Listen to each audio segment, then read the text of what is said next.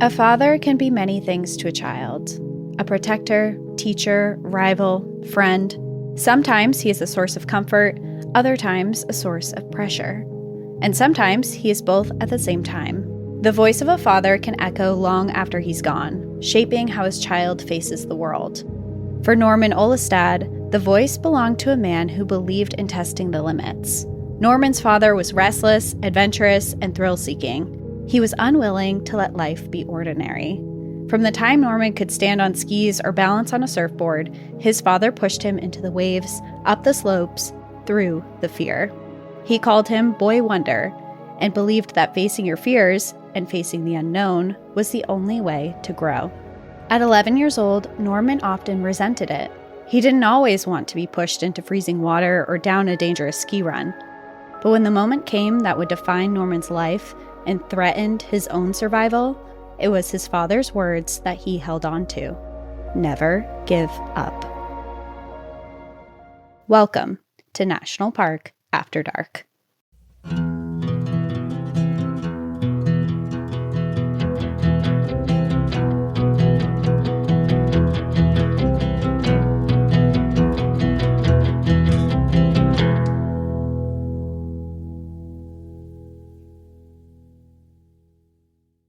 Hello, everyone, and welcome back to National Park After Dark. My name is Danielle. And I'm Cassie. I feel like it's been a while since we've recorded. I was going to say it feels a little strange being here, clocking in for our jobs. And I know as a listener, it probably doesn't feel that way because we do our best to make sure we're ahead of things and always putting out content with only 2 weeks off a year. But one of those weeks off was recently for Cassie's wedding, and we just front loaded so much, and now we're finally back in a routine and a groove. And it just this is the first time we've sat down and recorded in a long time. Yeah. It feels good to be back. I'm ready. I mean, it was fun. I did get married, which is exciting. Whole new You're a wife now. I'm a wife now. That's weird. Is anything different? I wouldn't say it's super different. I think the only thing that I feel like we're kind of in this very loving phase right now. Like the honeymoon phase. Yeah, it's like the honeymoon phase right now, I guess. And I think just after having a wedding surrounded by all of our loved ones and saying our vows to each other and stuff, I just think that we have almost this more love and appreciation for each other. So we're kind of in that phase. But as far as our relationship, I wouldn't be like, wow, everything's so different now. Now we're married. It's kind of like, all right, now we're really doing life together. Yeah. Like officially on paper. Yeah. Officially, even though he has to get a lawyer to get rid of me. Right. So that probably feels great. It does. It's really nice. And if people are interested in hearing more about my wedding, we did talk about it pretty in depth on an outsider only episode. That's going to be coming out, or probably just, when are we releasing that? I don't know. It's coming out sometime around now. Just look for it. It'll be, if you're listening on Apple, it's always posted there, or head over to Patreon and it'll be up there. Yeah. Well, I will say that I'm so happy that you wore that second dress. Oh, my God. And I know we just said we're not going to talk about your wedding here. We already did that for subscription. Just for a moment. An ode to the dress. And I'm not a big dress person. Like, I'm not a big fashion look at me, I'm wearing all black. Like, I could care less really about fashion, and it's not really my thing, and getting dressed up isn't really my thing, but you looked so phenomenal. And because I've seen the dress before, I'd seen photos of it, sketches of it as it was being made for you, but seeing like the complete look with you in it, and it was just like you made that dress, and you just look so amazing. Thank you. I appreciate that so much, because I've just been staring at pictures of me in that dress for like days. It's the best dress I've ever seen in my whole life. Okay, well, you have to say a little bit about it now, I guess, because you didn't just walk into like David's Bridal and get this. Not to call out David's Bridal, but you know, it was a custom made dress. So I already bought my wedding dress long before I found this dress, actually. And I bought my wedding dress. It's a classic white dress that had 3D flowers on it, and it had a really long train and was dramatic, and I really liked it. But then I was on Instagram one day, and I kept seeing this post of this couple who had just gotten married, and this woman was wearing the dress of my dreams. It's like, I had never seen a dress that looked like this before. Her wedding looked beautiful, and I see a picture of her and the dress, and I don't see the creator credited anywhere in the post. So I'm searching the thousands of comments on this, trying to find the creator tagged in it, because I just loved the dress so much. And sure enough, they were on there. Her name is Sylvie Facon. It's a French name, so I might be pronouncing it wrong. It's Facon. But she is in France, and her page is absolutely incredible, and her Instagram is amazing. And I was going through her website and all of her stuff, and I was looking at this website for weeks. And eventually I was like, I have to reach out to her. I already had my wedding dress, but this is my dream dress I didn't even know existed. And I finally sent her an email, and I was like, hey, my wedding's in September. This was in end of June. I was like, I know that this is probably a long shot, but I am so in love with your work. Is there any room for me? And she said, I just had a bride move her wedding to next year, so I just had a spot open up. And the stars aligned. I was like, please, please, please. And we just started collaborating and talking over email about what I envisioned for my dress. And she specializes in these floral designs that she embroiders in tulle, and it's absolutely incredible. And we started talking, and I was like, I would really love the flowers that I have in my own garden and that I grow here. So I told her the list of the flowers, and all of the flowers embroidered on my dress are ones that I actually have at my house, which is really, really special and cool. And she drew sketches for me, and then she showed me pictures along the way as she was creating it. And I sent her because I didn't go in person, but I sent her all of my measurements, and she sent the dress to me. She got it to me the end of August, and it was just a week to spare. A week to spare, and it was just the prettiest, most beautiful dress. I want to wear it every day. I considered moving it to my ceremony dress, but I had already gotten a wedding dress, and you can't return those. I had already had it altered, everything. And so I was like, I'm going to wear my wedding dress for a quick ceremony, and then I'm changing immediately into this dress. And I did. And it was, yep. And it made more sense too, to have a giant train, and the dress was heavy. It was hard to walk in. I mean, and this dress was flowy and fun and beautiful. And I knew I did it right, because when I got to the reception, there were all these rumors going around about my dress. I don't know if you heard the rumors. Yeah, there were rumors going around, and I was talking to, you know that you did a dress right when there's rumors at your wedding about what you're wearing. And I'm going around, and they're like, I heard that those flowers are from your garden, stitched in from your garden. And I was like, what? Oh, those details are out and about. It's not just like, oh, she's going to be wearing another dress, and it's whatever. Yeah, people thought that they were real flowers that were embroidered on my dress. Oh, okay. And then there was a rumor going around that I went to France and grew a garden, and had them embroidered onto my dress. Hold on a minute. I can't say for sure where these rumors originated from. I probably can. Can you? Because based on what you're saying to me and how it's like, yes, a little bit, but also way off. Yeah. There's a little bit of truth in there, but it's not accurate.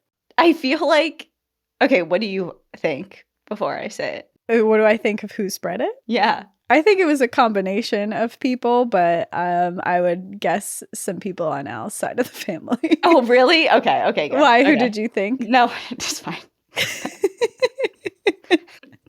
It doesn't matter. Okay. But okay, yeah, great. It was amazing. And also, last thing, because I know people are always like, please stop talking before the actual story, which I can appreciate. But this is a big moment in Cassie's life, so suck it up. And I'm going to post pictures on our regular feed, on our National Park After Dark feed of my dress also, just because because you guys should deserving. see it. And Yeah. also, like, Cassie loves this designer so much that she was even sending me photos of different dresses that she had created out of books, like pages of Yes. books. Oh my God. She has a whole library section where she creates dresses out of the spines of books, and she makes dresses look like pages. And this woman is just so incredibly talented. I'm kind of the same with you, Danielle, where fashion has never really caught my eye or like been a thing for me, but her dresses are pure artwork.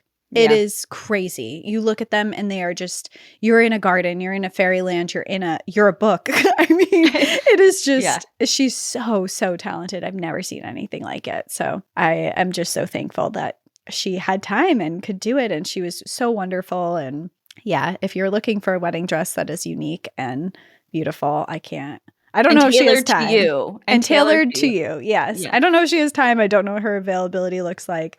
But God, reach out to her because she's amazing. Well, you better not forget to post in this time, like when this comes out in 2 weeks, because Yeah, I'll have to make a people post are gonna- today and schedule it. yeah, because So you people guys are going can to see. be. It's yeah. amazing. Oh my God.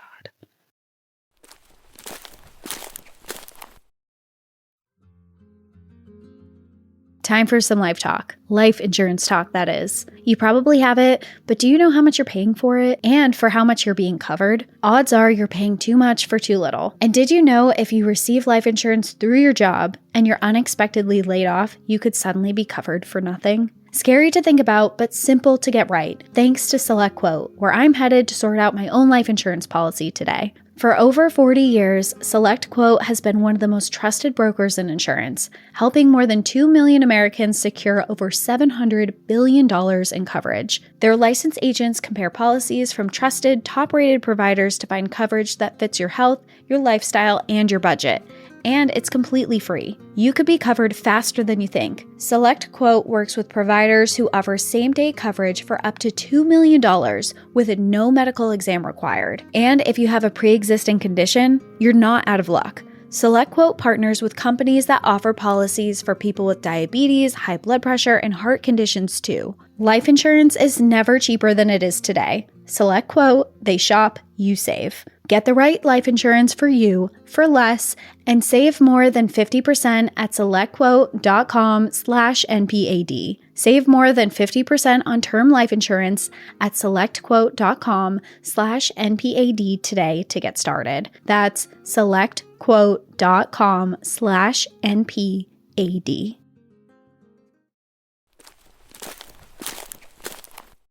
Okay, well, moving on to your story, I know very little about it other than the intro you just shared. And right when we sat down, you're like, just be ready. This story is incredibly sad. Yes. So we're taking a left turn here.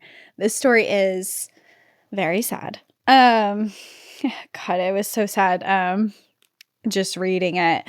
But this story, I'm going to be telling a survival story, which is always my favorite to tell, and that still holds true. But this one is kind of a lot more than that. I really loved this story because it's more of an ode to a father-son relationship or a father-child relationship. And it really explores how instrumental fathers are to their children and the lessons that they take from having them in their life. But it's also, it's a really heartbreaking episode that confronts guilt, grief, sadness, and complicated relationships. So even though it is a survival story, it is also it's more of a human story, human relationship story. And I knew that going into this because I forget how I came across this. I was trying to find some type of topic and I was looking for places to go. You're like, the topic of survival, which is my favorite, and I've done so many times. Like, let's perfect, do this excellent. one. And of course, I found a book, and the book is called Crazy for the Storm, a memoir of survival by Norman Ollestad, who the story is about today. Okay. Well, so let's jump into it. And of course, it's a plane crash because I'm terrified of planes. So as we're about to get on one. As we're about to get on one, I think I like plane crash stories of survival because I'm like, there's a chance. There's a chance. So you're saying there's a chance. Yeah. Okay. Going into the story. Norman Ollestad was born in 1967 in Southern California, the kind of place where the ocean, the mountains, and the deserts all collide within a few hours' drive. His parents divorced when he was a child, and Norman lived primarily with his mother and her boyfriend, Nick. But his father, Norman Ollestad Sr., remained a constant presence in his life. Norman Sr. was an avid surfer in the Topanga Beach area near Malibu, but he wasn't your run-of-the-mill SoCal dad. He was a former FBI agent, joining in 1960 at the age of 25, and quickly gaining a reputation for discipline and sharp instincts. But quickly, he realized he disagreed with how the FBI was run, finding them hypocritical and inefficient, and he quit after just 1 year. Following that, he actually published a book about his experience, criticizing his whole ordeal there, and he titled it Inside the FBI, that did not sit well with his colleagues at all. Really? You know, he kind of did a tell-all of, this is why I don't agree with how the FBI works. And people were not thrilled. It ruffled some feathers. For sure. It was after leaving the FBI that Norman Sr. moved to Topanga Beach, where he became a lawyer and became almost obsessive in his passion for surfing and skiing. Above all, he was a man who craved adventure. He was tall, charismatic, and restless, the kind of person who looked at boundaries as invitations to push harder. Friends and colleagues described him as brilliant but impulsive, a thrill seeker who refused to let life be small. And he brought that same intensity into fatherhood. From the time that Norman Ollestad could walk, his father had him on skis. By 3 years old, he was zipping down double black diamond slopes many adults wouldn't dare to attempt. And at age 4, he was surfing the waves of Malibu. His father called him Boy Wonder, convinced that his son was destined for greatness. I will say that's how you raise a cool kid. It is. I know. It is. You just grow up cool. You're bound for great things, you know, if you're like, I do it all already as a child. And it just kind of also instills this type of like boldness or fearlessness with doing things like that at such a young age. And totally. I know different people view cool in different lights. I mean, we think that surfing and skiing and all that is pretty rad, especially because I can't do it. It's not because it's like, oh, because I do this, I think it's cool. I can't stand up. I've never surfed once. That'll change in November when we go to almost drowned. Yeah, you're gonna do it soon. But imagine if you started young, you'd be way cooler. I know, but hold on a minute. Me, aren't you gonna take a lesson with me in Hawaii? Yeah, I will, but I will probably almost drown. I'm not a great swimmer. The waves, I've done it once in Hawaii already, and I tell you, it was a struggle for me to even get past the break of the waves. I was just getting hit with waves and drowning, so it'll be something to look at, that's for sure. So moral of the story, we're upset with our fathers for not teaching us to surf younger. Yeah, or ski. Dad, wherever you are. I'm mad. I just like when I see kids when I'm on the mountain, I can snowboard now, and I consider myself to be like, I would say a good snowboarder, not a great snowboarder. I'm not like doing tricks and all that stuff, but I'm a decent snowboarder now. And it took me years to get here, and I didn't start until my 20s. And kids rip down the mountain. There are kids that are way better snowboarders than me. Still, even now that I consider myself a good snowboarder, they are like significantly better than me and like bomb past me, and they're going over jumps, and I'm just getting into the woods now for the first time over the past 2 years. So I mean, hey, that's leaps and bounds in front of me. You could have been. I always think I would love to know what people like, if you want to like, I don't know, comment wherever you're listening to this, or if you can, what you wish your parents would have like exposed you to or taught you as a child, because no matter how great your upbringing is and how proud of the person you are today because of that or in spite of that is, I think we can all be like, damn, I wish I did this or learned this. I wish I was, and it's not through a fault of my parents, but I wish I would have been exposed to or stuck with learning a foreign language when I was a child. Yeah, me too. And that's not my parents' fault either, because neither of them are bilingual. And the school is like, hey, you know, you're 17, you should probably start to learn the basics of Spanish. Yeah. It's like, what? That should have been started difficult. In like second grade. Yeah. First grade, second grade, kindergarten. It should have been. But it's funny though, because even so we started foreign language in second not second grade, 7th grade. And I think back to my foreign language classes then, and I still remember the stuff that I learned in that class. I still remember pretty significantly today. And I'm like, my brain was still a sponge. I still had a chance. If you had just like kept making me do it, because they had us do it in 7th and 8th grade. But then once you got to high school, they didn't make us do it anymore. It was an elective. Yeah. It was like, okay, why? Anyway. Other schools around the world. I mean, if you go to Europe, I mean, they're taught English in school from a very young age. That's why everyone there speaks English. And I mean, there are like 3 other languages. We could do an entire season dedicated on the failures of the U.S. education system through no fault of the teachers, by the way. Just a systemic issue. Yeah. But anyway, regardless. Norman's cool because... Norman's cool. End of story. Norman's cool. Norman Sr. and Norman Jr. are both cool because they do cool stuff. But Norman's father wasn't interested in these activities as just fun hobbies. He was constantly looking for the next extreme. He believed that the only way for his son to grow, to meet his full potential as boy wonder, was to confront fear head on. He would push Norman into the crashing waves of the cold Pacific, whether he wanted to surf or not. He would drop him at the top of an icy ski run and insist he make his way down on his own. He entered Norman in ski races against much older kids, sent him chasing waves in storms, and forced him to join a hockey team where he had to keep up with bigger, faster boys. It's no surprise that Norman, as a child, had mixed feelings about all of it. Part of him shared his father's love for adrenaline and sense of being capable of things most other kids couldn't even dream of. But part of him resented his father's constant push to conquer extremes. Sometimes he just wanted to relax, stay home, and watch TV like the other kids. But his father was restless. And sometimes this led to genuinely dangerous and terrifying situations. Like one time in Alta, Utah, when Norman's dad made him ski off-groom trails during a lightning storm because there was great powder. Norman specifically asked if they could just stick to the regular run, but his dad insisted. Norman ended up buried upside down in a snowbank. His dad eventually found him and pulled him out, but for a stretch of time, he truly feared he would freeze to death. At the time, he was only 9 years old, and his father's response was, "That was gnarly, Ollestad. How about that powder?" Okay, I'm not a parent.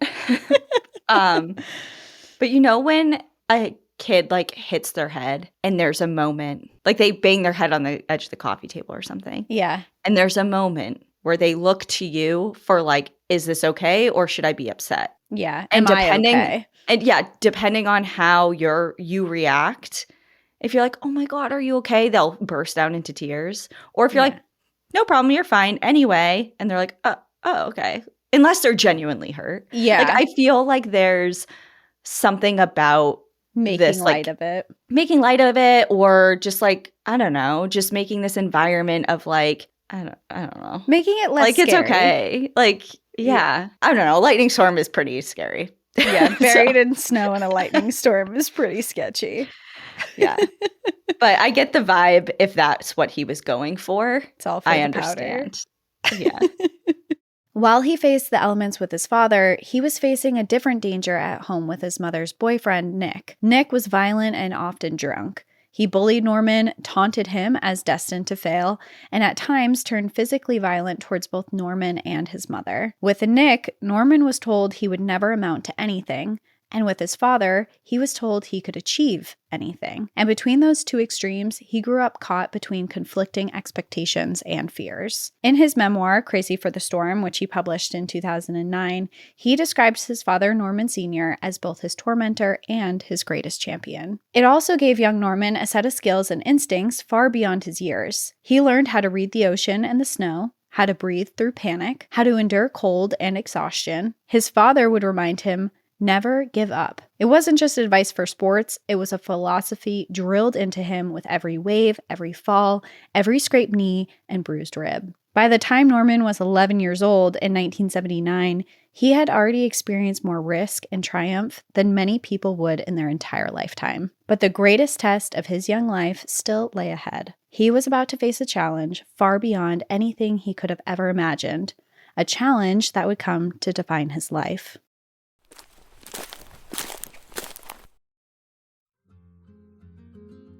Fall is here, and it comes with cooler nights, heartier meals, and that craving for something warm and satisfying. That's where HelloFresh comes in, bringing you comforting, chef-designed recipes and fresh, seasonal ingredients right to your door. And this season, they've taken things to the next level with their biggest menu refresh yet. Say hello to a whole new way to do dinner. HelloFresh has doubled its menu. You can now choose from 100 options every single week, including seasonal favorites and recipes inspired from around the world. The portions are bigger, so everyone at the table leaves satisfied. The menu is healthier too, packed with high-protein options and veggie-filled dishes that make eating green a whole lot easier. You can get steak and seafood recipes delivered every week at no extra cost, plus 3 times more seafood than before. I love that HelloFresh makes dinner easy, delicious, and stress-free. Honestly, it's America's #1 choice for home cooking, and for a reason. I use this and you should too. The best way to cook just got better. Go to hellofresh.com/NPAD10FM now to get 10 free meals plus a free item for life. 1 per box with active subscription. Free meals applied as discount on first box. New subscribers only. Varies by plan. That's hellofresh.com/NPAD10FM to get 10 free meals and a free item for life. On the morning of February 19th, 1979, Norman and his father were headed to the mountains. Norman had just won the Southern California Slalom Skiing Championship the day before and was about to be awarded a trophy at Big Bear at a popular ski resort community in the San Bernardino Mountains. And if you don't know what the slalom skiing is, you've probably seen it if you've been at a ski mountain before. It's when they have those poles set up for skiers and they have to zip around them, like the quick turns back and forth, and it's downhill skiing, and you have to do it fast. So that's what he won because he had been the fastest. His father, who was 43 years old at the time, had chartered a small plane for the occasion. It was a Cessna 172, a 4-seat aircraft that could easily hop over mountain ridges. And the other 2 seats were the pilot, Rob Arnold, and Norman's father's girlfriend, 30-year-old Sandra Cressman. The 4 of them boarded the Cessna at Santa Monica Airport at 7 a.m. and they took off. Normally, the flight to Big Bear would have been quick and scenic. But conditions in the San Gabriel Mountains are notoriously unpredictable, and on that morning, a storm was already rolling in. To understand what Norman would be up against, I want to paint a full picture of the area for you. The San Gabriel Mountains stretch like a jagged spine just north of Los Angeles. From the city, they look like a postcard backdrop. Snow-dusted peaks rising above the palm trees and freeways. They're part of the Angeles National Forest, which covers more than 700,000 acres and contains 5 nationally designated wilderness areas. It was established in 1908, incorporating the former Santa Barbara and San Gabriel National Forests. Long before the city of Los Angeles was built up across the mountain basin, the San Gabriels were home to several indigenous communities, the Tongva, Serrano, and Cahuilla peoples, who lived, hunted, and traveled through these mountains for thousands of years. The ridges and passes connected villages, and the canyons provided water, food, and medicinal plants. Sacred sites dot the range, and oral histories tie the mountains to creation stories and spiritual traditions. The terrain in the San Gabriel Mountains is steep, fractured by canyons, ridges, and cliffs that can confuse even experienced hikers. In summer, the San Gabriels are alive with the scent of sage and pine and the sweetness of cedar. But in the winter months, like February, the climate is harsh and unpredictable. One moment you're in sunshine, the next you're in a whiteout. Temperatures can change rapidly, and at higher elevations, storms gather with little warning. The tallest of the San Gabriels, Mount Baldy, rises over 10,000 feet. Nearby, Ontario Peak towers at more than 8,600 feet. There's been so many people who have recommended we cover Mount Baldy. Yeah. Specifically. There's a lot of stories up there. Yeah. I don't know if you came across any of them in your research or if you flagged that. And I've had it, in the back of my mind, but I think that there's a ton of weird deaths and strange circumstances that have occurred specifically on Mount Baldy. Interesting. Yeah. So it's for those of you forest, so that are recommending it, I noted. It's on the list. Yeah. Don't worry, it's coming.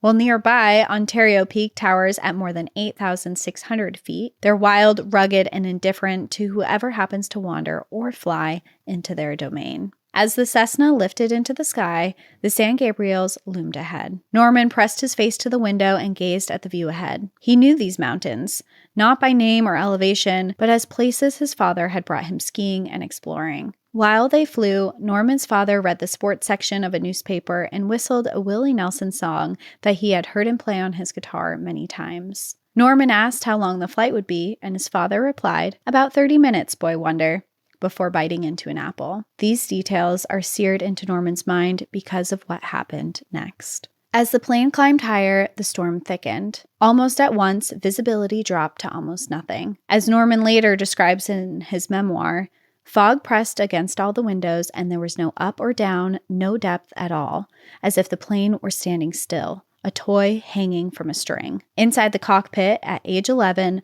Norman felt the shift from excitement to danger. He knew that something was wrong. Moments later, the Cessna slammed into the side of Ontario Peak. On impact, the plane tore into several pieces. The 4 passengers were hurled onto the steep side of the mountain in ice and snow, their bodies sprawled and twisted among the wreckage of the plane. Exposed to freezing wind and snow, they lay on a slope pitched at nearly 45 degrees, which for context is extremely steep. This degree of slope requires the skill of experienced mountaineers to navigate with equipment like crampons and ice axes for security. The summit was only a few hundred feet above them, and below was a sheer drop. Norman had been knocked unconscious. When he came to, he woke up to a nightmare. He was pinned on his side by his seat, unable to turn around to check on his dad or Sandra, and struggling to breathe. He called out to Norman Sr., "I can't breathe. Dad, I can't breathe," and heard no response. He went in and out of consciousness, later describing it like sinking into a murk of water and then suddenly rising to the top, only to drop into the murk again. When Norman was finally able to free himself from his seat and take a painfully cold deep breath, he saw the pilot's lifeless body sprawled out in impossible directions near the shattered cockpit. In that moment, in shock, he thought to himself, "Dad will fix this. He'll turn everything right side up again." The fog and snow around the aircraft was so thick, the icy slope so steep, that it was hard to tell which way was up and which was down. As he crawled cautiously through the body of the plane to find his father, his foot bumped the instrumental panel and it dropped away as if a trapdoor down the curtain of ice, vanishing in the fog. He called out to his dad again and heard a woman's voice through the whipping winds. Sandra, his father's girlfriend, was alive. He followed her voice through the blinding fog and found her perched next to an even steeper, nearly vertical ice chute, still in her seat, which had detached from the plane. Her shoulder was badly dislocated. Sandra was sobbing and trembling when she told Norman that his father was dead. Norman looked back at the plane, and sure enough, he saw his father's crumpled body tucked and unmoving behind his seat. But he refused to believe that Sandra was right. As he wrote in his memoir, "It was impossible. Dad and I were a team, and he was Superman." He told himself that his father must have been knocked unconscious. He recalled the lessons his father had taught him while skiing about how to navigate safely on ice and cautiously made his way back to the plane to check on him. But with almost nothing to grab onto, he lost his footing and started plummeting down the icy chute. Out of habit, he yelled for his father, but of course heard no response. Miraculously, he was able to catch himself on a baby evergreen not too far down. The skin on his hands and his whole body stung from the damp cold. He was wearing Vans sneakers and his feet were numb, but he knew he had to try to climb back up. Vans are talk about the worst footwear for a situation like this, which is the least of your concerns. I'm just trying to break up. But there's no grip. There's just no Vans. I love Vans and I have several pairs. You're not going to see an advertisement of them in a mountain terrain. Oh my God. That just makes a horrific circumstance even worse. Just down to the littlest inconvenience of now I can't even get it. I can't even walk. Yeah. Well, you're just preparing for a flight and then to be in a building. Yeah, I know. I'm just, No, I just picture it because that's something that I see Vans all the time at the airport. I wouldn't think you twice. And I would be fine when it comes to footwear because we always are wearing our hiking boots on flights. So true. Because we always are going somewhere. We need our hiking shoes and we just pack carry-ons. So we don't have extra room. So we have our jackets on. We've got our hiking boots on. Beanies, parkas, hiking boots. People are like, what the hell? Where are you going? We don't have the room in our storage, so we're wearing it. Yeah. So not to laugh during a time like this, because I know this is like a huge pivotal moment, but Comedic relief. Yeah. Okay. I'm back in it. Channeling his father's spirit, Norman fought for more than 30 minutes to make his way back up to the plane.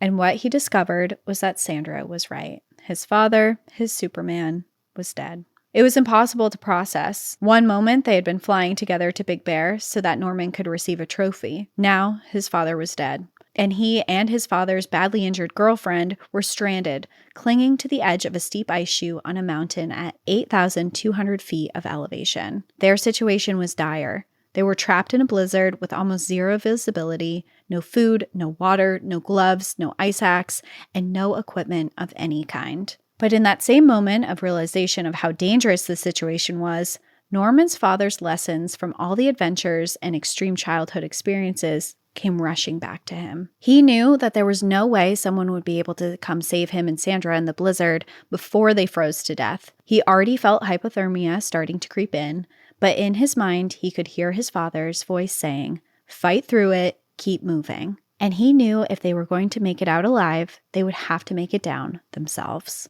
Through gaps in the fog, Norman could see what looked like a snowy-covered flat meadow and the rooftop of a man-made structure far down the mountain. That became his target. Sandra resisted moving, holding on to hope that someone would come and save them. But Norman was decisive. At that point, it was already afternoon, and he knew that nightfall would mean the end for them. "We have to move now," he told her. She was the adult, but he was the one who took charge of the situation. Thinking quickly, he snapped 2 branches off a nearby tree to use like ice axes, jabbing them into the side of the mountain to avoid slipping as they began to trek down. Sandra's dislocated arm hung by her side. They slid and skidded. It was terrifying, but Norman tried to reassure her. "Just hang in there. We're almost down," he said. The same line his dad had told him countless times when they were in precarious situations together. And like many of those times, it was a lie. He couldn't see how far the chute below them stretched. As Sandra struggled, Norman positioned himself below her on the slope so that he was essentially carrying most of her weight. It's a bit tricky to visualize, but she was basically standing on his shoulders as they descended. His fingers and feet were completely numb.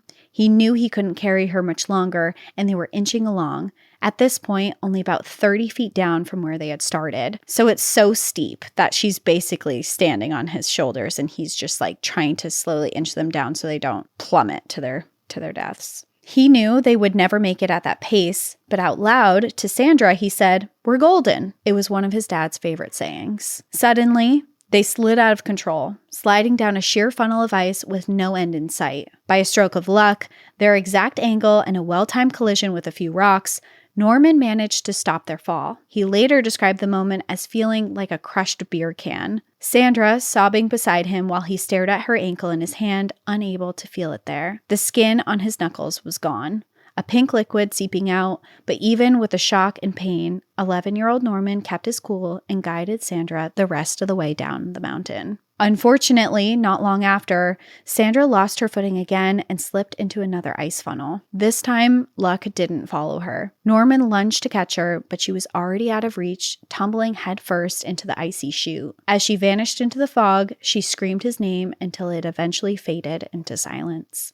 Norman scrambled after her, following the streak of blood she left behind, sliding and climbing for what felt like forever. But the trail ended in emptiness. Sandra was gone. Alone on the mountain now, he was consumed by a crushing mix of grief, guilt, and something even harder to face. A small relief that he no longer had to help her down and could move faster by himself. That mix of feelings, the shame of it, would stay with him for a long, long time. At this point, Norman's hands were raw, literally to the bone, but they were also so cold and numb that he couldn't feel the pain. He ate a bunch of snow to quench his thirst and pushed on. Not long after, he slipped again, tumbling down the ice, scratching up his stomach, but miraculously not hitting any trees. Finally, he reached the bottom of the steep, icy chute, and there he found Sandra's lifeless purple body, along with the pieces of the Cessna aircraft that had fallen.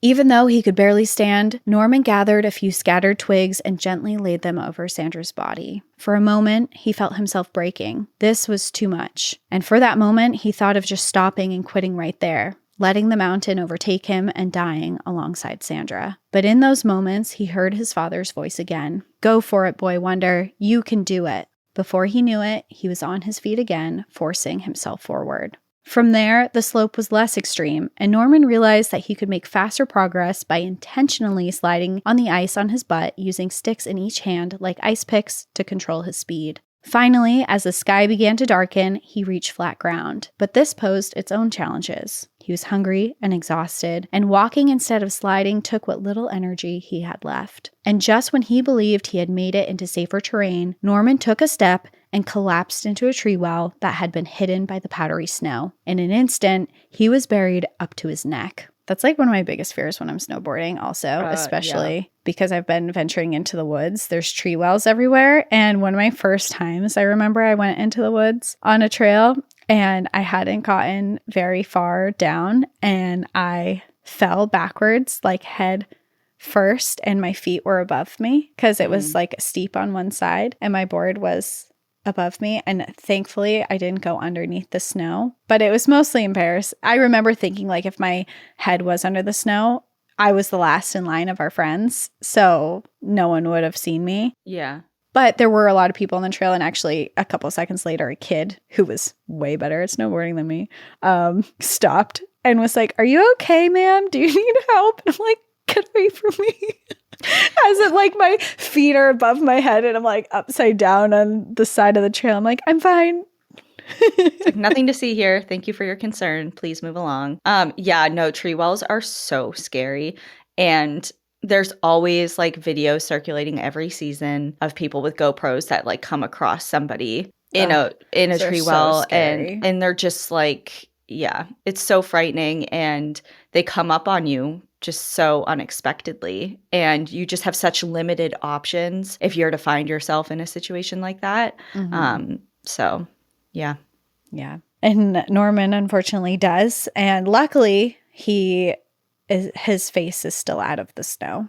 But for Norman, he felt like this was it. He was exhausted. He was depleted of any energy left. He was trapped now.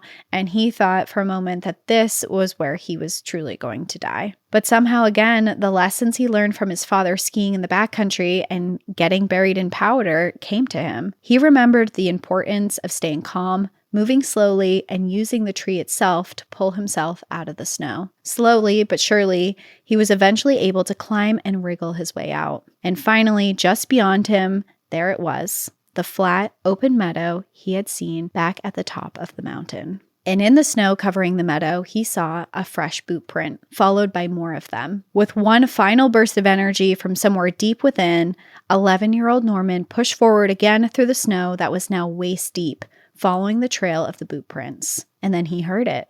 A voice. He yelled, and the voice yelled back. He yelled again, and it yelled again. Picking up speed now, Norman followed the voice out of the meadow to a road. A skinny brown dog appeared, followed by a teenage boy in a flannel jacket. His name was Glenn Farmer. The boy froze when he saw Norman, saying, "Are you from the crash?" Oh, so word had already spread. This is the same day? Yeah, this is the same day.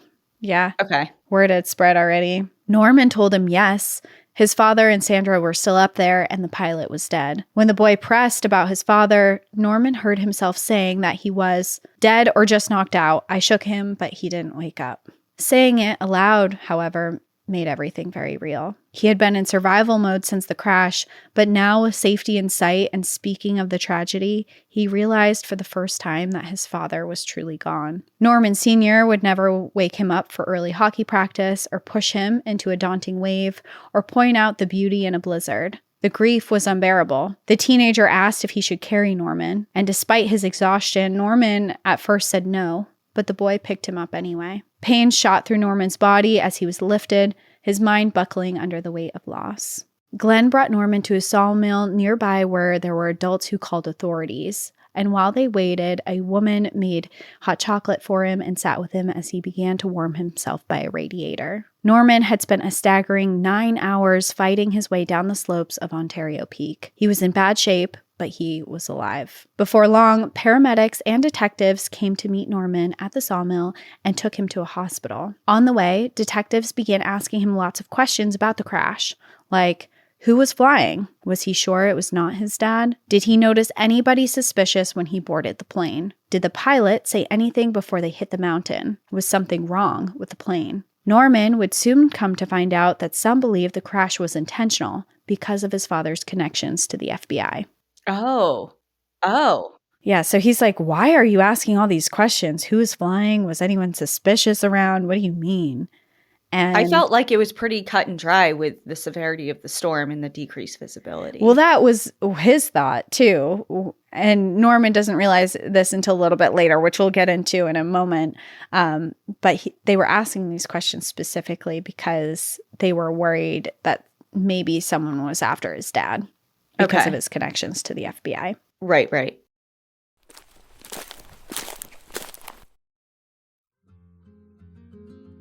This episode is sponsored by Smalls. Back when I worked as a vet tech, I saw firsthand how much a cat's diet impacts everything. Energy levels, coat health, even what happens in the litter box. The truth is, most commercial cat food just doesn't cut it. That's why I'm excited about Smalls. Smalls makes fresh, protein-packed meals with preservative-free ingredients you'd actually recognize from your own fridge. No fillers, no mystery meat byproducts, just real food delivered right to your door. It's no wonder why Cats.com named it the best overall cat food and Forbes backed it up too. The best part, you don't have to guess what will work for your cat. Smalls puts together a personalized sampler based on your cat's needs and preferences. And if your cat doesn't love it, Smalls will refund you risk-free. So what are you waiting for? Give your cat the food they deserve. For a limited time, because you are a National Park After Dark listener, you get 60% off your first order plus free shipping when you head to smalls.com/NPAD. One last time, that's 60% off your first order plus free shipping when you head to smalls.com/NPAD.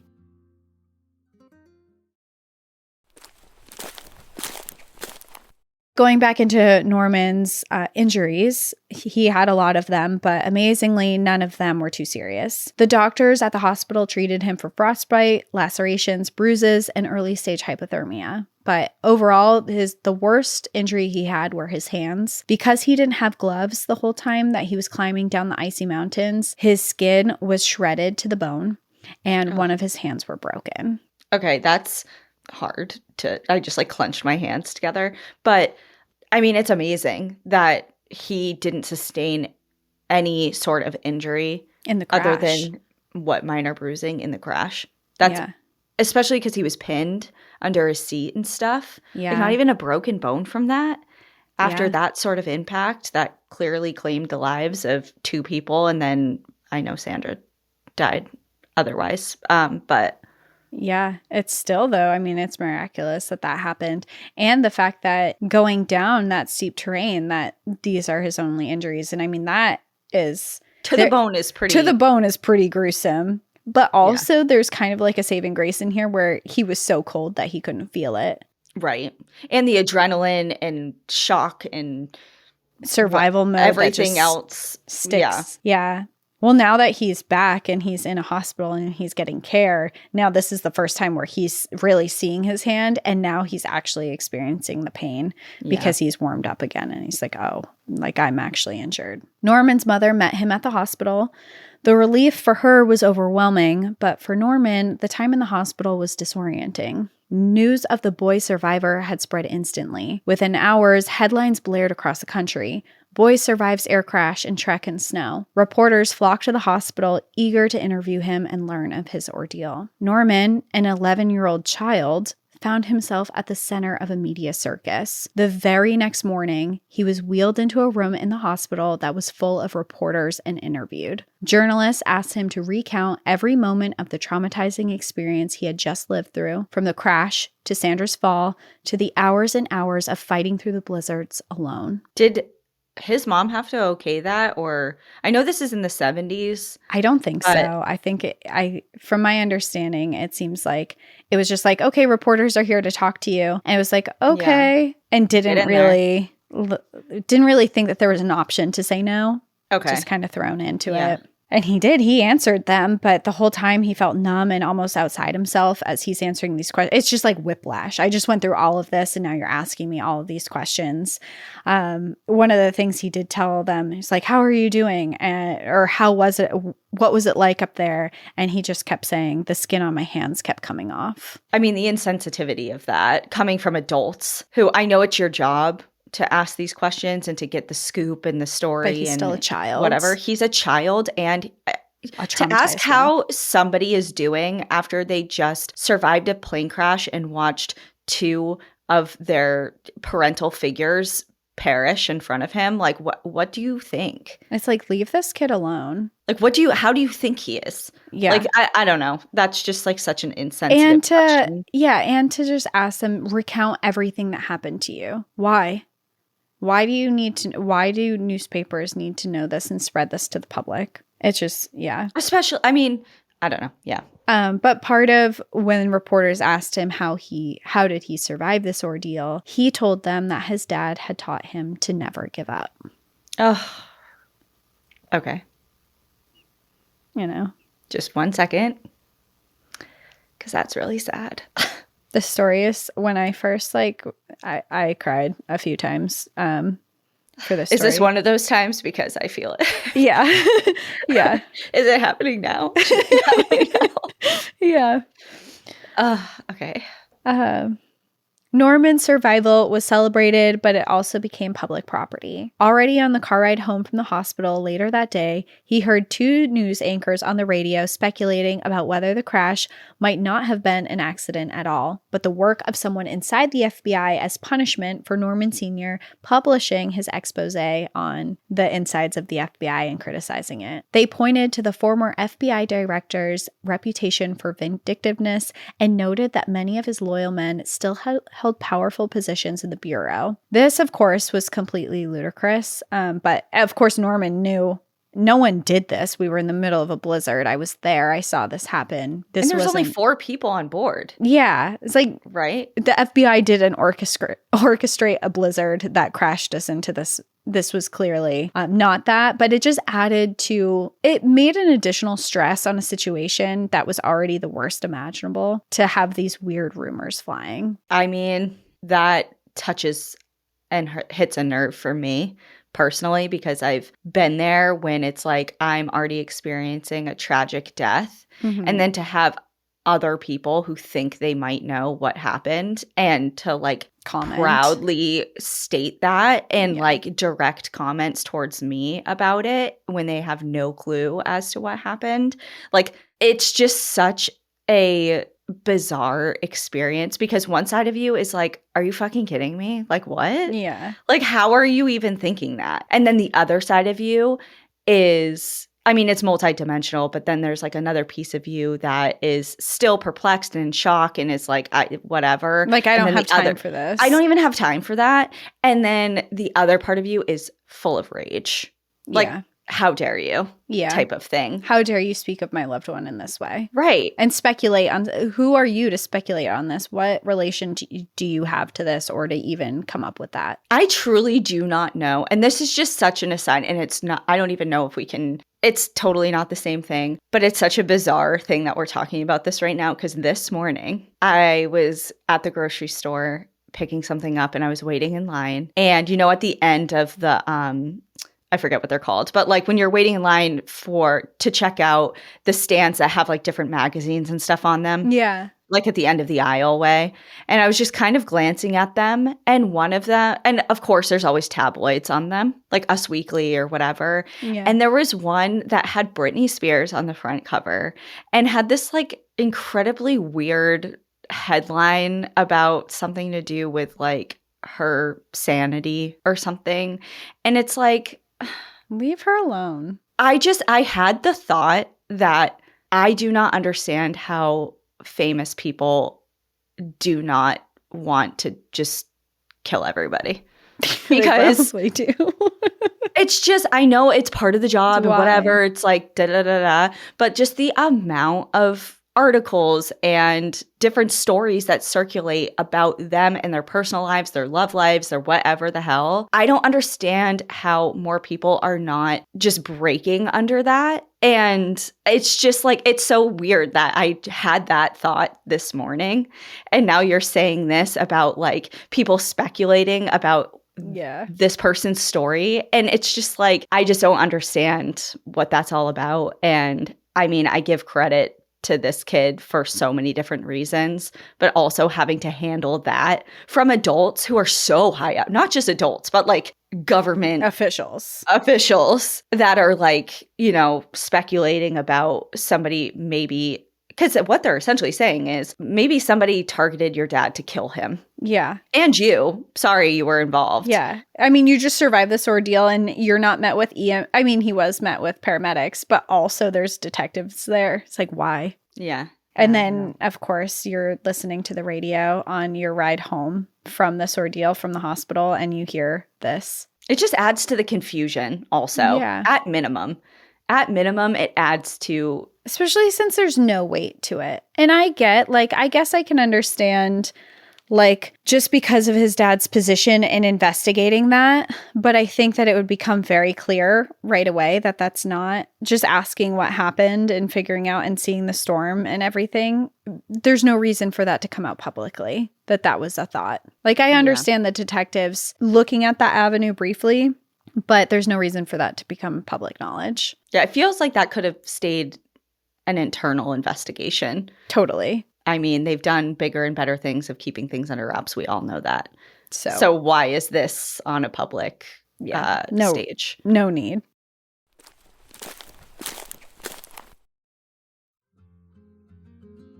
This show is sponsored by BetterHelp. October 10th is World Mental Health Day. And this year, BetterHelp is saying, thank you, therapists. Behind every journey of healing, there's a therapist who shows up, listens, and helps someone take a step forward. Whether it's asking the right question at the right time, holding space for tears, or celebrating a small win, those moments in therapy can truly change lives. BetterHelp has helped over 5 million people worldwide connect with licensed therapists. With over 30,000 therapists on the platform, they make it easy to get matched with someone who fits your needs through a quick questionnaire. And if it's not the right fit, you can switch at any time. This World Mental Health Day, join us in appreciating the therapists who make the world a better place. If something has been weighing on you, talking to someone can help, and the right therapist can make all the difference. This World Mental Health Day, we're celebrating the therapists who've helped millions of people take a step forward. If you're ready to find the right therapist for you, BetterHelp can help you start that journey. Our listeners get 10% off their first month at betterhelp.com/NPAD. That's better, HELP.com/NPAD. Going back into people and his story, strangers across the country and across the world dissected his story, applauded his resilience, and debated the decisions of the adults who had taken him on that flight, including his father, his hero. For Norman, it was overwhelming. He had lost his father and Sandra. He was still recovering from physical wounds and unable to even begin processing his emotional ones. And all while, he was being paraded around as a miracle. In interviews, Norman appeared both bewildered and composed. There was a gravity about him. He seemed older than 11, as if the experience had aged him overnight. Reporters marveled at how calm he seemed, how he could speak of crawling through snow, of losing Sandra to the ice funnel, of hearing his father's voice in his mind without breaking down into tears. But beneath that composure was shock, grief, and a trauma that would take decades to fully unravel. I was just about to say shock and dissociation. Yeah, you're just empty responding to these questions. Yeah. Rescuers and the press painted Norman as a symbol of resilience, the boy who beat the mountain. But privately, Norman was just trying to piece together what had happened. He had seen death up close. He had seen his father die. He had watched Sandra slip away. He had been forced to leave their bodies behind on the mountain. He had fought for his life through a blizzard, always on the slippery edge of a fatal fall. He had lived through 9 hours of a type of fear that no child, no person, should ever have to endure. For his father's funeral, hundreds of people packed into a local church, spilling into the aisles and out the doorways when seats filled. One by one, mourners stood at the podium to speak about Norman Sr. The service stretched on for 2 hours, so long that the church had to cut it off. 11-year-old Norman cried each time someone rose to speak. After the formal service, one of his uncles hosted a party with a Dixieland band, a celebration of Norman Sr.'s life that relatives insisted his father would have wanted. Norman agreed, and he danced too, but while people laughed and celebrated his life, he only felt overcome with grief.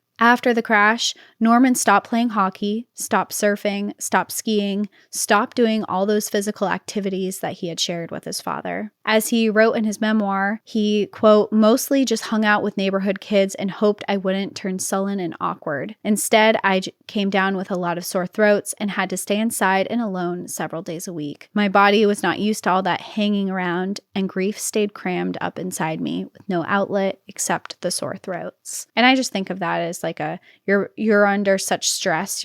Stress does so much to your body, and the fact that he was experiencing getting sick and getting sore throats all the time after that, I think was a stress response of his body and his immune system and everything just not being able to cope with the weight of what he was dealing with emotionally. Absolutely. So while Norman's rescue was the end of the physical ordeal, it was far from the end of the story. As his physical wounds began to heal, his emotional wounds festered, untreated, buried deep inside him. At 11 years old, Norman didn't have the vocabulary for grief or trauma. What he had was silence. In the years after the crash, Norman carried a storm inside him. Restless, angry, volatile. By his early teens, he had fallen in with a skater gang, spending weekends crashing parties and starting fistfights. In fact, he got into fights constantly, sometimes winning, sometimes taking a beating, but even defeat made him feel stronger. Every bruise, every black eye was proof to himself that he could endure. Among his crew, he was the most aggressive, the one most likely to throw the first punch. Behind that was a boy trying to outrun grief and guilt. He told himself he was supposed to be tough, supposed to shake it off the way his father had taught him, but he couldn't shake the memories of that day. In Norman's words, I was supposed to be tough because I made it down that mountain. The dark feelings swirling and clawing inside me were something that I would just have to get over. Dad got over his hurt feelings, shook them off, moved on. Bad stuff just had to be reframed. I knew how to do that. As Norman grew older, he found that his father's voice never left him. It continued to echo in the back of his mind, as it had on the mountain, urging him forward, pushing him past fear. The impact of that was double-edged. When he was alive, his father had given him the tools to survive, but that same tools had come at the cost of childhood marked by pressure and fear. In death, his father's legacy in Norman's mind had also become a pressure to be okay and to push down his grief through adolescence and into adulthood. And to be clear, he wasn't a delinquent forever. After years of channeling his pain into fistfights, he found a different path forward. He enrolled at UCLA, where he studied English and later actually went on to law school for a time like his father. He built a life, pursued his passions, and became a father himself, but the crash was always with him. Eventually, he realized he needed to tell his story, his experience in his words, not just for the world, but also for himself. It was 27 years after the crash that Norman finally investigated what had actually gone wrong during the flight. He obtained the National Transportation Safety Board's accident report and went over it with a close friend who was an experienced pilot. His friend Michael was blunt, stating the flight had been doomed from the start. Within 30 seconds of takeoff, the pilot, Rob Arnold, was already disoriented. He had started the flight without a weather briefing and without a flight plan. He was using an underpowered plane with no instruments on a cloudy day. He should have never taken off, much less proceeded towards the storm ahead. He also told Norman, who was hearing this for the first time, that the air traffic control warned Rob 3 times during their flight that it was not safe to fly. Oh my God. And he ignored those warnings, or what? Ignored all of them. And we don't know why, because Right. he's dead now, since he passed away in the crash. I didn't know if there was like transcripts available of him responding and what his answers were to those advisories or orders or warning, whatever they were, because like maybe he was being warned, but he's like, yeah, I understand that, but I have no idea where I am. I'm so disoriented. Like, it's not like, okay, it's not safe, turn back. And he's like, okay. You just said within 30 seconds, like he was already. It seems like he just didn't listen to any of the protocol for whatever reason. That's really tough. And it's like, you don't want to assign blame to somebody who's deceased and can't defend their decisions. However, his decision also cost 2 other people their lives as well. Yeah, there's that. And this realization really sickened Norman. He realized that his father hadn't died in some grand adventure. He wasn't in this avalanche or swallowed by a wave, which was what was like, if he went out, was always what they thought would have been doing something he really loved. It was because of a string of avoidable mistakes. After reviewing the report and learning all this, Michael suggested that they fly the same flight that they had that day, and Norman agreed. They flew the same path, up San Antonio Canyon and over Ontario Peak, before finally approaching Big Bear Airport, which had been their original destination. Looking out the window, Norman was struck all over again by how unforgiving the terrain was. And this time as an adult, looking at this terrain, being like, I was 11. And I did that. And I had to navigate. Yeah. He later went on to climb that mountain, back up to the spot near the peak where the plane had crashed. He kissed the ground where his father had died, and while he was there, he found broken carbon fiber shards unburied in the snow from the wreckage. After that experience, Norman decided to write a memoir about his experience and explored not just how he survived, but what that survival meant. It was published in 2009, exactly 3 decades after the crash. He titled his memoir, which I have mentioned before in this episode, Crazy for the Storm. The book alternates chapter by chapter between 2 timelines, Norman's terrifying descent down Ontario Peak and the years of his childhood under his father's relentless training. The structure captures the truth of the story. The survival on the mountain cannot be separated from the childhood that prepared him for it. The voice of his father is as much of a presence in the memoir as Norman himself, and Crazy for the Storm struck a chord.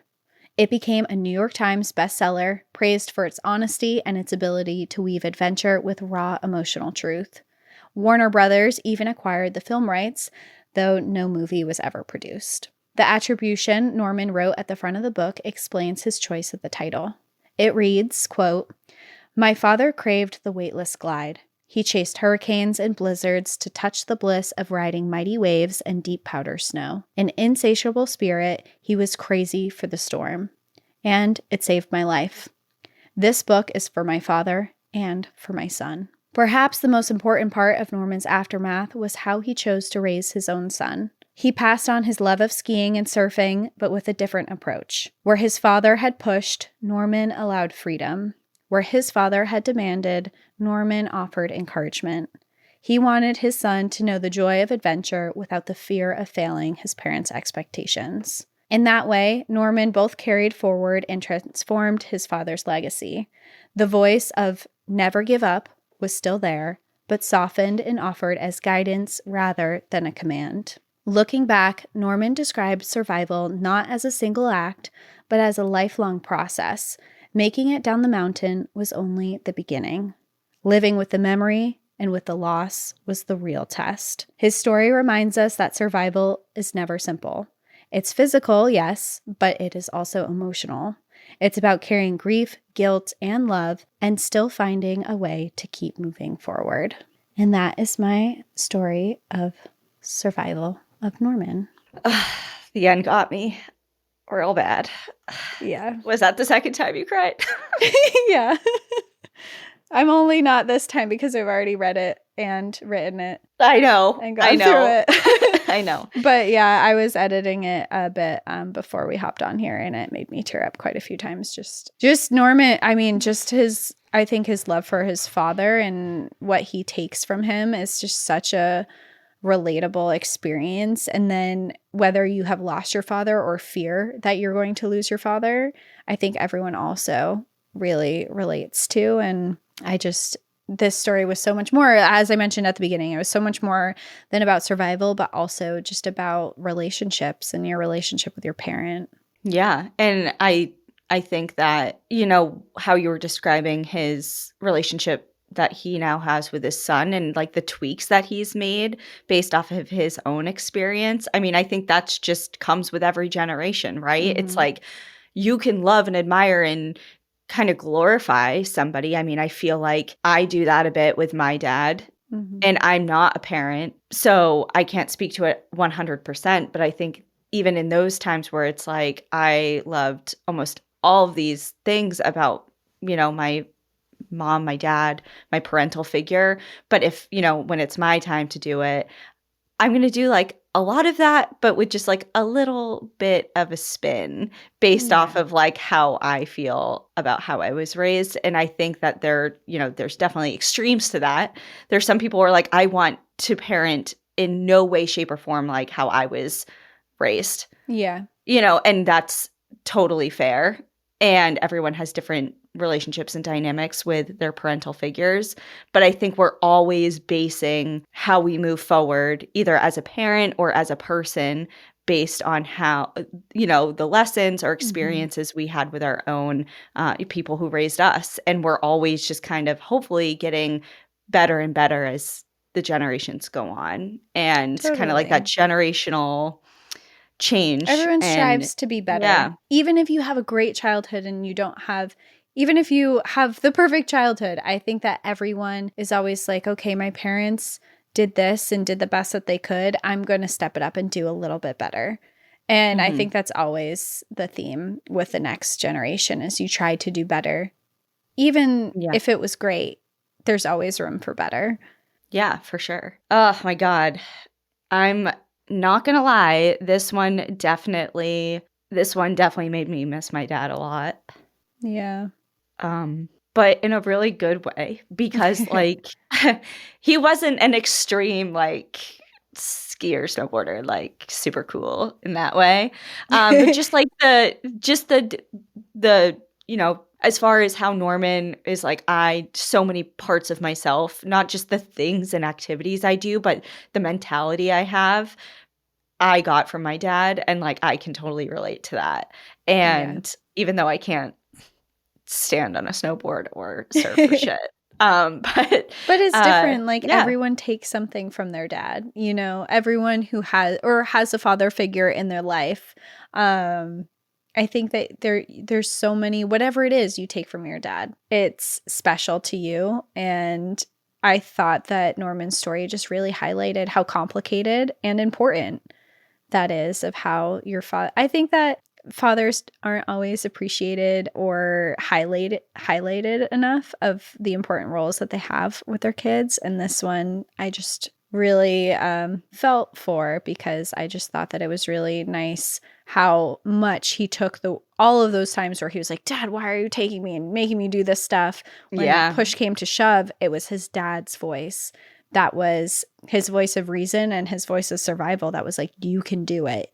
Push yourself. You've got this. Like it was always his dad's voice that came back to him. Yeah. And I just thought that was really special.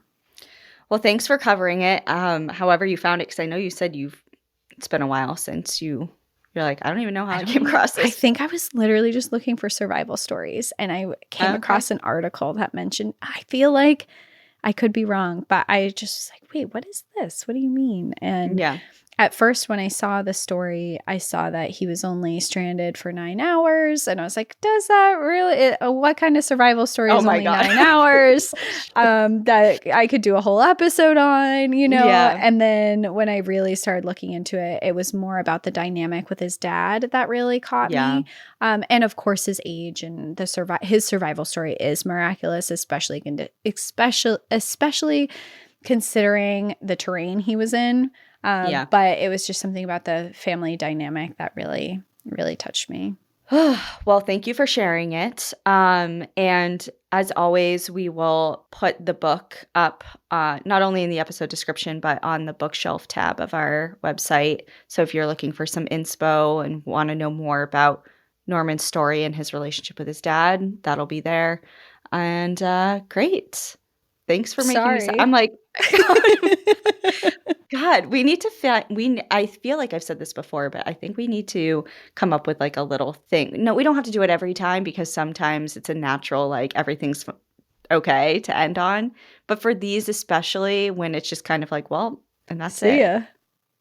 Yeah. We need a way to end the episodes that has a little bit more of an uplifting turn. Yeah. I'm not going to come up with it right now. It's not going to be today, so we're just going to leave it. Certainly will not be. Just know we're thinking about it. It's on our mind. And send us your ideas if you have some. That would be great. I I have a lot on my plate. I can't think about that. We need help. We need help, please. All right. Well, we will see everyone next week. And it's exciting because it is officially the start of a lot of people's favorite season, which is spooky season. I think I'm gonna go all in this year. Oh, I'm gonna go get my nails done and get like the little ghosts and spider webs on my nails, and I'm gonna wear black and orange and read spooky books. Okay. That is all in, it feels like. And go to Salem. Ah, yes. Well, God bless. I was there a couple weeks ago at the beginning of September. Yeah. And already there was so many people there. I'm like, what? I thought I was here early. I thought I missed it. Kourtney Kardashian was there recently. Wow. Did you see that? I didn't. I mean, I saw it because I saw you said they were in New Hampshire. They were. And then I think because it was on my algorithm, somebody posted a little clip of Travis Barker and their kid like on the steps near the like Hocus Pocus town hall, like on that main drag there. Oh, yeah. And Kourtney was listening to a tour guide give a talk. I'm like, oh my God, that would have been so cool.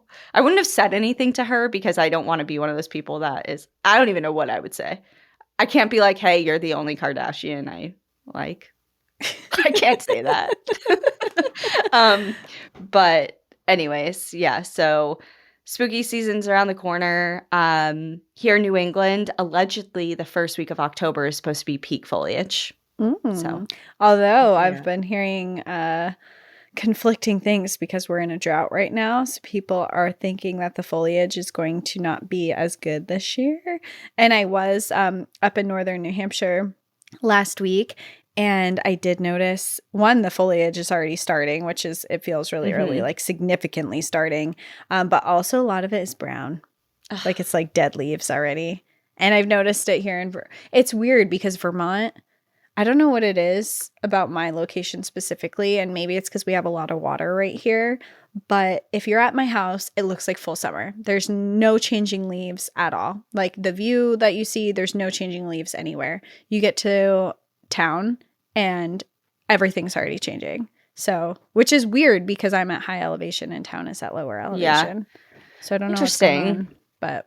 Yeah, well, hopefully we get a little something because I feel like this is the first year in a lot of years that I've been around in New England for fall. Yeah. Just between our personal trips, our trips with the podcast, and then, of course, living either in Colorado or Washington or just away, like I haven't really had a true New England fall in a while. So if this time around it's like, womp, womp, womp, I'm going to be a little... It's going to be great. It's still fall in New England. This is our thriving season. I know. I need to go get like apple cider things. Oh, yeah. We did that yesterday. Oh, this is a great way to end. I know. Yesterday, I'm like, we're already talking about we've done it. I don't know how we did it, but here we are. I went apple picking yesterday, and we went to a local, it's a tourist trap, but we went to a local cider mill and we got apple cider and donuts, and I came home and I made an apple crisp with ice cream and caramel, and it was really, really lovely, and the weather was great. So we're heading into fall time, and I'm going to make an apple pie soon.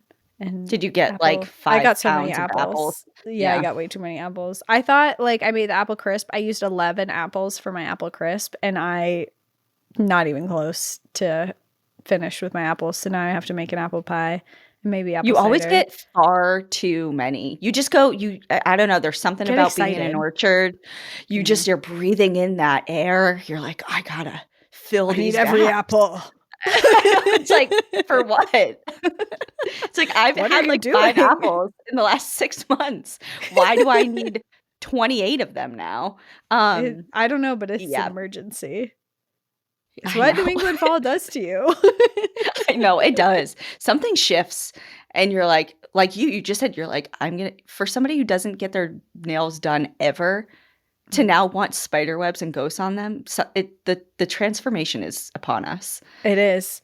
Actually, I think what's also inspired it is, so I got my nails done for my wedding, which I knew at the salon when she was like, is this long enough? I'm like, I want it shorter. I want it shorter. And then she eventually got to a length and she's like, you're going to want it like this long. I don't know. She convinced me I wanted long nails. I did not. I cut them literally the day after the wedding. I chopped them down to be super short. But my nails grow really, really fast. So they're already really long again. But they have the gel on them. And I can't take the gel off. So now I have to like go back and get them done again. So I'm like, well, while I'm there. That's how it starts. Yeah. Might as well get some ghosts. Might as well get some ghosts, yeah. But I feel like it's too early to do it now. So I'm going to have to go back twice. Right? Yeah. So. Okay. Well, I know you're like 3 hours away from me, but are you going to like a normal nail salon or one that specializes in like art, nail art? They do both, I think. Okay. Because there's a nail salon like in a neighboring town that is so great. And they're the best. I'm going to shout them out anyway. They're called Black Heart Nail Studio. Yeah. And you showed me them before. Oh my God. She's amazing. Michaela's the owner. It's amazing. If you're in Southern New Hampshire, they book up like months in advance because all of their nail artists are amazing.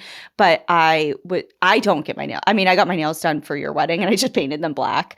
They're not long enough or really like to do intricate designs. I wish I was one of those people. But so I feel bad just going there for plain nails because they do such awesome work.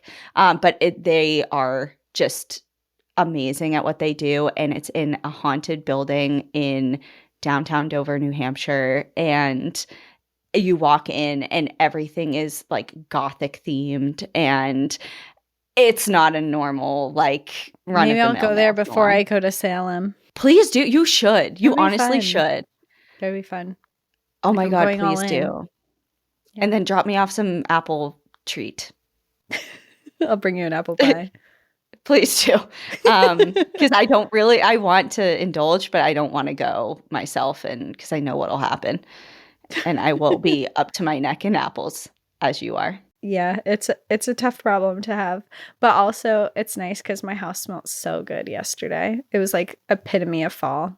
Ooh, do a simmer pot. Can you do a simmer pot? I did that. I did a simmer pot yesterday. With apples? No, I didn't. So I was making apple crisp, but I did a simmer pot of oranges, sage, and cinnamon. Okay. I didn't know if there's one with apples or not. There probably is. Probably. I didn't even... Honestly, I did it because I did a simmer pot because I did an oven clean and it was like smoky and it smelled like burnt and kind of gross in here after I did the self-cleaning oven thing, and I couldn't get the smell out. Like we had all the windows open, fans, everything, and I was like, I'm gonna do a simmer pot, and I had that, and it smells so good in here. Yeah. Okay. Do it again just because. Well, whatever the heck that just was worked. I feel better. Yeah. I forgot we were still recording. All right. Thank you, everyone, for hanging out. We can cut it if you want. No. Let the people hear us. Yeah. Okay. Well, we will see everyone next week. And in the meantime, enjoy the view. But watch your back. Bye, everyone. Bye. Thank you for joining us again this week. If you love National Park After Dark and want to hear exclusive bonus stories, join us on Patreon or Apple subscriptions. Patreon subscribers have access to our National Park After Dark book club, live streams, Discord, and much more. If you prefer to watch our episodes, video episodes are now available on YouTube. If you're enjoying the show, please take a moment to rate, review, and subscribe on your favorite listening platform. And to follow along with all our adventures, you can find us on Instagram, Facebook, TikTok, and X at National Park After Dark.